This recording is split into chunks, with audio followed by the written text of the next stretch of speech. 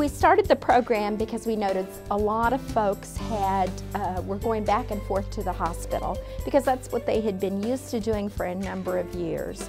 And so we wanted to add some services that they were used to receiving, such as respiratory therapy, occasionally BiPAP at home, and a whole cadre of comfort medications to ease them into the hospice comfort plan of care,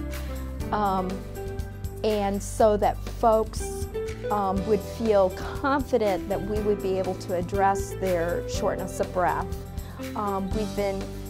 We're fortunate that we have an inpatient hospice unit that we've used very successfully with patients to bring them in when they're short of breath, put them short-term on parenteral therapy for their shortness of breath, and then put them back on medications they can take at home.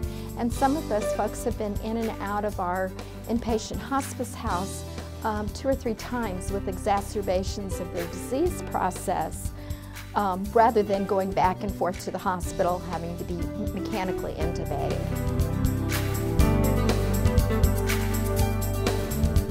Our clinician leaders, the physicians and nurse practitioners, had to make sure they all agreed on what it would look like in terms of using the staff, using the visits, using durable medical equipment such as a nebulizer machine or an incentive spirometer, that sort of thing, those that are unique to this set of lung diseases. And I think to a major extent, how to use the medications, corticosteroids, antibiotics, opiates, benzodiazepines, all the range of medications that can help people with these diseases. And then we really had to teach all of that expertise that we'd captured in a somewhat usable form to all of our staff, not just the nurses, but the aides, hospice techs is what we call them, and social workers and chaplains, and to a lesser extent the volunteers.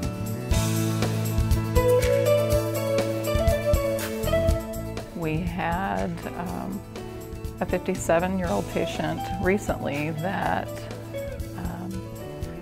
she had chosen to be a full code, was very low trust, and was only letting the social worker visit because they had formed a bond. And the reason that she wanted to be a full code was because she knew she had experience going to the ER, and that was kind of her pattern. But once hospice got involved, we had, we kind of become the new 911. We want you to call us first. As she saw that when she called on call and was in trouble and short of breath, that our staff came out when she called. She learned that nurses are there when I need them, and these medications are working for me, this simplified pattern. And she had an exacerbation, went to the hospice house, worked with our team there, and made the decision to become a DNR. She didn't want to be intubated, she didn't want the CPR. This plan was working for her, and she felt safe.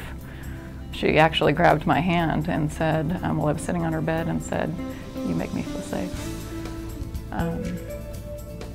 That is a success.